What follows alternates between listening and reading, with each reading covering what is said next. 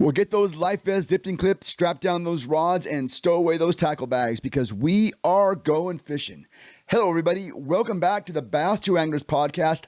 I'm your host, Keith Nicewanger, and I hope this episode finds you with 5 for 25 in your live well.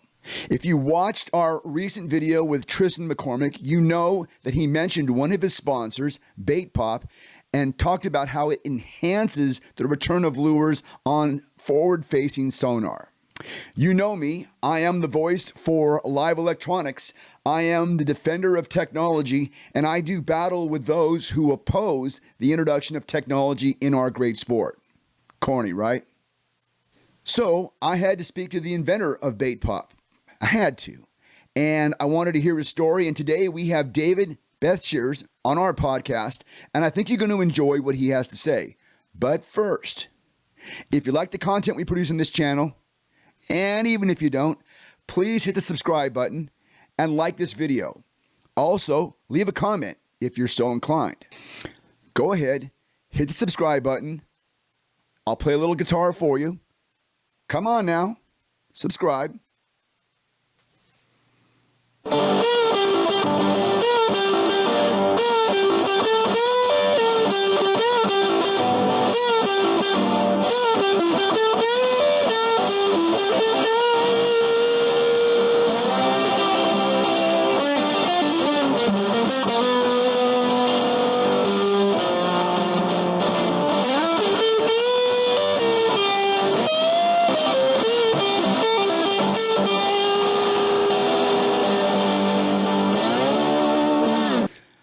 I'm going to keep on playing until you hit that subscribe button. Go. Hit subscribe now.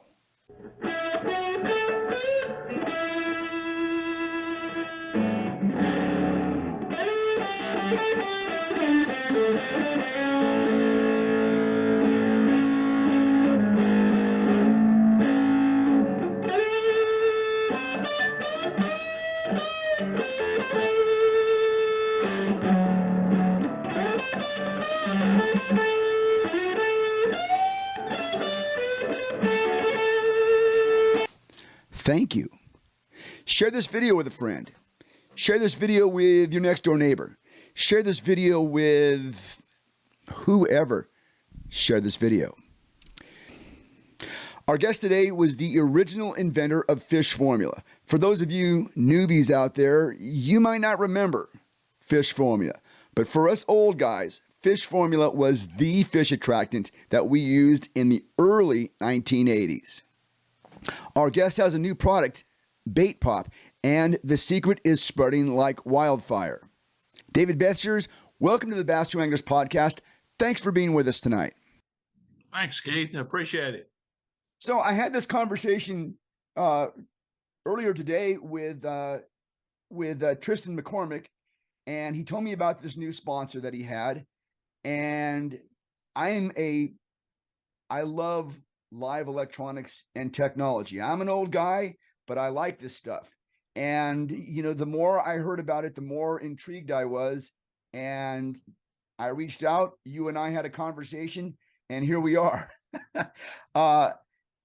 So take us back to those fish formula days and kind of tell us our story. Tell us your story and how it got to the point where it is today. Right. Well, fish formula evolved back out of a passion that I had for fishing and actually tournament fishing, bass tournament fishing. And my goal was not to sell a bottle of it. It was to win every tournament in the country. And I owned a drugstore. I'm a pharmacist by trade. And I ended up going to tournaments, and the guys kind of snickering and laughing at me because I pull this out from under the seat and I started spraying it on my lures. And at the end of the day, the guy would say, do you mind if I take this bottle with me? And that's kind of how it got started. It started by word of mouth through fishermen. And it eventually got to cost me about $300 a week for me to give it away. And I wasn't making but about $350 a week. So I had to say to my buddies, look, I will help you as far as you're concerned, but your friends are going to have to buy it. So when it got up to about 100 bottles a day, then I said, gee whiz, I'm feeling more or as many prescriptions for fishermen than I am for sick people. So that's kind of how I got started in the 80s, and Bill Dance endorsed our product, and the rest is history. That's absolutely right. I remember Bill Dance. That's probably where I saw it, to be honest with you. Right.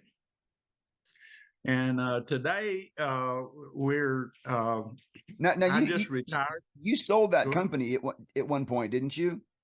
Yes, I did. I sold the company in '87, and the company, the owner of the company died.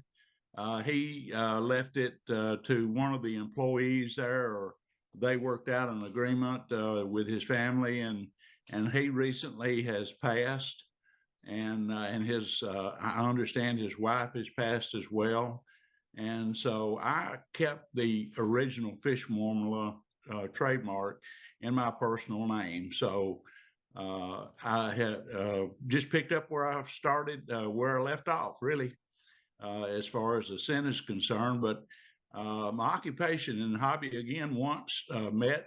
I got real big into crappie fishing, and I started with the live scope about 4 years ago now. And I've upgraded. I have 2 units on my system now. I have the Garmin unit and the Mega Live lock, target lock. And I said I never would have a electronic Garmin, or a face forward imaging, because that took the fishing out of it. And there was a guy that pulled in on a bank that I had previously fished, and he caught 15 fish in just a matter of minutes. And I went over to him and I said, "Hey, fella, are you live scoping?" And he said, "I am." And after I talked with him a few minutes, I told him that within a week I would have one, and I did. And it's been off to the races since then. But If I could my interrupt you for just a second, Sure. I want to. So you owned Fish Formula up until the mid or late '80s. Are you the one that put the sparkles in the formula? Because I thought that was really important. I always felt that, I believe that fish see well and fit in their environment, and I always felt that along with the attractant, the sparkles coming off, if you're jigging a bait, I thought that looked like scales, and it made sense to me. You hit the nail right on the head.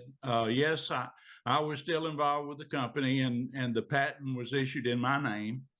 When I sold the company, I sold the rights to the patent to the sparkle scales, but since then the patent has gone away on the sparkle scales. But we still use the name Sparkle Scales, and we still put sparkle scales in our product, whether it be paste or liquid or bait pop. They all have the scales in it, which is very important to the fish. Now, to the fishermen, no. To the live image of sonar face forward, no. But to the fish, it does make a difference, as you described. The fish actually, it makes your bait look live, makes it look real. So now you were talking about your encounter with this live scoper, and within a week you said you had a live scope on your boat. So pick up the story from there, and let's figure out how bait pop came to be. Right. Well, you're only effective the hours behind the screen. You just don't go out and buy a forward facing sonar and become an expert the Right. next week, or catch a limit of fish. You actually wonder if you're looking at bait fish, or if you're looking at a carp, or if you're looking at a bass, or you're looking at a crappie, or you're looking at bait fish. It takes a long Yes. time for you to learn behind the screen, and then interpretation of what that you see is, that's why that some guys have mastered this, and some guys say, "Oh, it's a bunch of malarkey. It's not for me." You get into it, what you put into it, and I had started working just like I did with Fish Foreman. I started working trying to have something to find your jig. I cast a lot crappie fishing, and I fish a 32nd or a 64th, or even go down smaller than a 1/64th on a crappie jig. That is Uh, tiny. yes, it is. And when you cast it, a 32nd jig at 30 plus feet, it gets hard to find sometimes, especially if your cast is a foot or two one way or the other. And with the wind direction and a lot of things come into factor. You can be a great caster, but still miss the cone out there, even in a 6 foot area with a 32nd ounce bait. It's not like throwing a bass bait. You can pretty much target in exactly where you want to hit. But I found that there was a need there that would help me locate my jig. So I started working on that, and I worked on it about 2 months, and nothing worked. And one night, about 2 o'clock in the morning, I woke up and I was sitting there looking at the wall, and just as plain as you can hear me and others can hear me now, the Lord spoke to me, and He said, "Fella, what you need to do is use this that will help you see your bait." And kind of cold chills run over me because I wake up a lot at 2 o'clock and 3 o'clock in the morning, and that's a good time to have a chat with the Lord. And Yes. So I really took it to heart. And so the next morning, I ordered the materials. It took about 2 weeks for me to get them. And I concocted in my wife's Tupperware mixture. And it was actually 3.5 weeks before I actually tried the product. And the best I can explain it, I didn't have the faith. I did not believe that what he told me would actually work because I left it in the boat for 3.5 weeks without trying it. And so anyway, there was a guy that was with me, and he's a good friend of mine. In fact, he's our sales manager now. His name is Danny Rogers. He was with me, and I just put the Mega Live on my system, and we was doing a test run on the Mega Live, making sure that everything worked properly. Right before dark, I said, "Okay, hand me that tub." He said, "What tub are you talking about?" I said, "The one in that box that you're standing on." So he handed me the tub, and I said, "Now I want you to look and see what I'm seeing here." So I cast, and when I cast out, I saw about 32 feet. It looked like a fly on the wall. My jig looked like a fly on the wall. And I said, "Can you see that?" And he said, "Yeah, I can see it." I said, "Okay." And I cast the second time because I really wanted to measure what I was looking at just quantitatively and making sure that I was seeing the center of the cone. And I asked the gentleman, did he see that? He said, yes, he could see it. And it wasn't like very big, but it was small. And so I took it and I asked him to pass me the tub. He did. It's my wife's Tupperware. And I put that on, and I dipped my jig down in it, and I cast, and it looked like I guess you could say a tennis ball falling down the wall. Wow. And I couldn't believe it, and I couldn't wait to get it in. And that time I really baptized it. Okay, I call it baptizing. I took that jig and I dunked it under, and I put more on it than what you and I would fish with, but Right. I put it on there, and I threw it out there about 35 feet, and it showed up like a football with headlights on it. Wow. And to be honest with you, it gives me chills now because I started crying. And not that I was happy and elated. It was because that I didn't turn loose of that limb when he told me to. He said here it is, son, take it and try it. And I didn't. I waited 3.5 weeks before I tried it. And that's what I was crying about. And I called my wife and she said, "You've had a wreck." And I said, "No, I haven't had a wreck. Everything's fine." She said, "You fell out of the boat." And I said, "No, I have not fell out of the boat. Everything's fine. It worked." And she said, "What works?" And I said, "Bait pop." So that's how did it come about. And I really hadn't planned on really it getting as big as what it has, but it's off to the races. And the name bait pop is literally because it makes the bait pop on forward facing electronics. That's correct. That's Now, correct. what's the time frame here? When did you invent this, and when did it come to market? I started working on it probably in July Of this year? I was thinking of Oh, wow. last year of 2022, Yeah. Oh, what am I saying? and Yeah, 2022. Yeah. yeah, and so it's been about 6 months now uh, since I first started playing with it. But actually, I had the product about well, I showed it in Branson, Missouri, the first week in October to the crappie fishermen, and that's we had a product then. We had it finished label, the tube, everything was finished in the first week of October. What has it been like working with Tristan? Tristan is our podcast angler of the year this last year.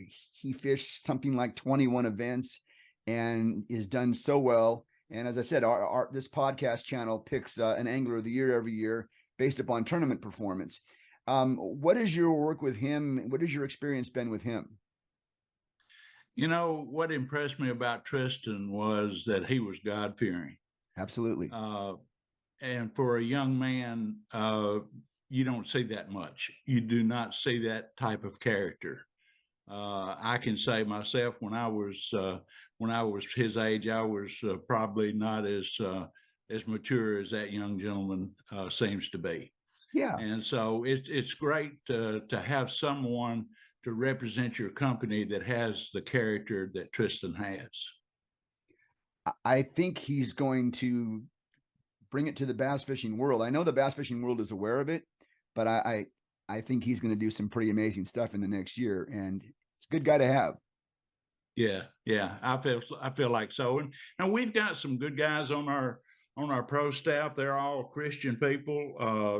Robert Carlisle, Robert, I think he's won the crappie championship about 2 or 3 times. His partner is Colby Barnett, Matt Mavalino, and Mike Gigger.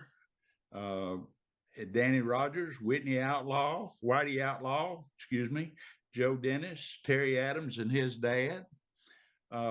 They actually, Terry and his dad won the Angler of the Year, or won the final fish off in the Crappie USA last year, and we're going to be sponsoring the Crappie USA, Crappie tournament trails, the Elite Series, and the ACT next year as well. So, you know, it's exciting times.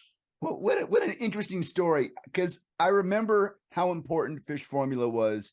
As I said, my bass fishing days were the 80s and the 90s.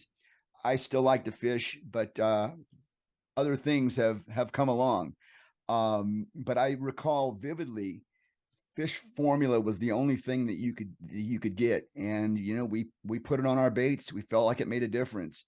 And so you were obviously very involved in the industry at that point, and then some time off, and here you are, just when you thought you were out of it, they're pulling you back in, right?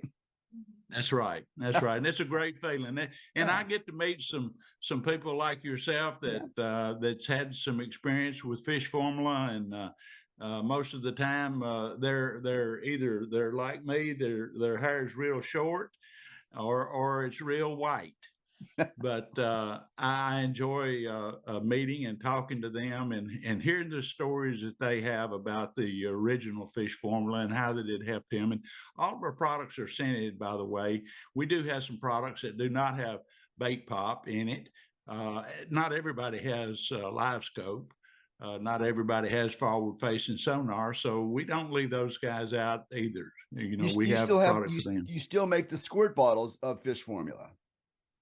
Actually, we have a 2-ounce dispenser bottle Yes. that is a liquid, and then we have the tube that is a cream. Yeah. Yeah, I saw that on the website today. Okay, very good. David, thank you so much for coming on with us tonight. It's such a great story. I feel like there's a generation of anglers, well, there's probably several generations of anglers that don't remember the 80s and the 70s. And anytime we get a chance to tell those stories, I just think it adds to the record. So thank you for being with us, and more continued support with Bait Pop. You're more than welcome. I appreciate it. But the number one thing, and we hope to use this platform to spread the gospel. Absolutely. Absolutely. Thank you very much for your time tonight, and we'll be in touch with you very soon. Same to you, sir. All right. Thank you. Well, you know that I am the advocate for forward-facing live sonar. There are dark forces out there that want to limit your technology. Not me. I am the one that battles those dark forces. I am genuinely intrigued by the technology. And I am genuinely intrigued by inventions that work to enhance the technology. I like it. I like being able to look at live forward-facing sonar. I like to see the fish that are out there. I like to see how they're relating to the cover they're on. I like to see how they relate to the bait fish. I like it. I like it. Bait Prop appears to be a product that does just that. In addition to enhancing how the bait appears on electronics, it also contains the original fish formula, which is the fish attractant that so many of us old guys used so many years ago. Special thanks to David Bethshears for sharing his story, and special thanks to Tristan McCormick for alerting me to this product. Well, that's going to do it for this episode of the Bass to Anglers podcast. Thanks again for being with us. Until next time, keep both hands on the wheels. Stay safe out there, and we'll talk to you again very soon.